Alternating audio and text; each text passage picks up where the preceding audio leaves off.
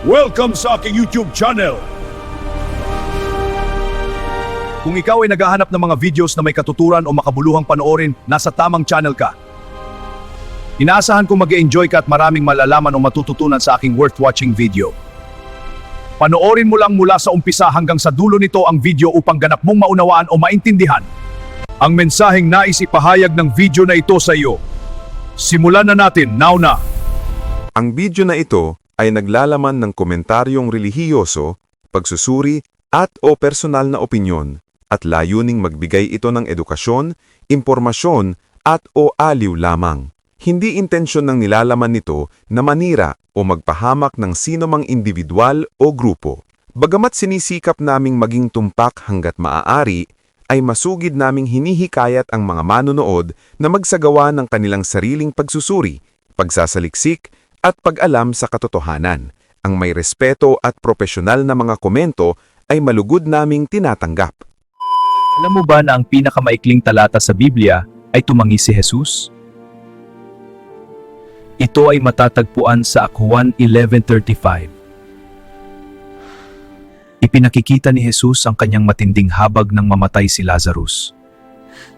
Alam mo ba na si Methuselah ang pinakamatandang tao na naitala sa kasaysayan ng Biblia? Nabuhay si Methuselah ng 969 na taon. Kaya siya ang pinakamatandang naitalang tao sa Biblia ayon sa Genesis 5:27. Alam mo ba na ang arko ni Noah ay dumaong sa bundok Ararat?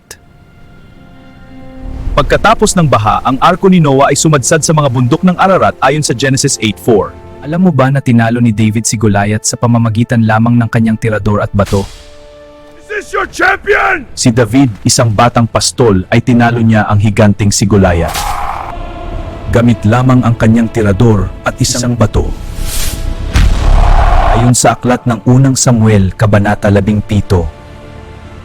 Alam mo ba na si Jonas ay nilunok ng isang malaking isda? Si Jonas ay nilunok ng malaking isda at nanatili sa loob ng 3 araw at 3 gabi. Ayon sa aklat ng Jonas 1:17. Alam mo ba na hinati ni Moises ang dagat na pula? Ginamit ng Diyos si Moises upang hatiin ang dagat na pula, upang makatakas ang mga Israelita mula sa Ehipto ayon sa aklat ng Exodo 14. Alam mo ba na si Daniel ay nakaligtas sa isang gabi sa yungib ng mga leon? Si Daniel ay itinapon sa yungib ng mga leon. Daniel, mabuti ka na ba?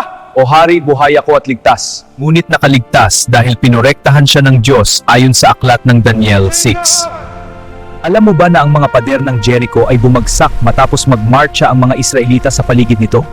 Ang mga Israelita ay nagmarcha sa palibot ng Jericho sa loob ng 7 araw.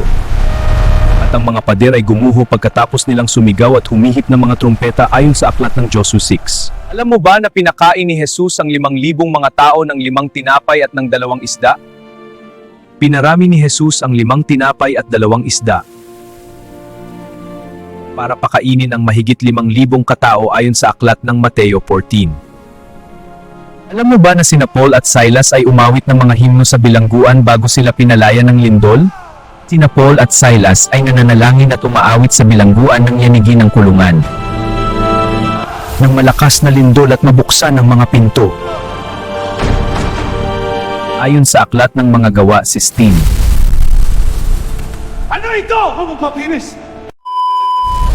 Maraming salamat sa iyong panonood! Suportahan mo naman ang aking YouTube channel. Patuloy mong tangkilikin ang aking mga uploaded videos. Huwag mong kalilimutang i-click ang like, share at subscribe buttons.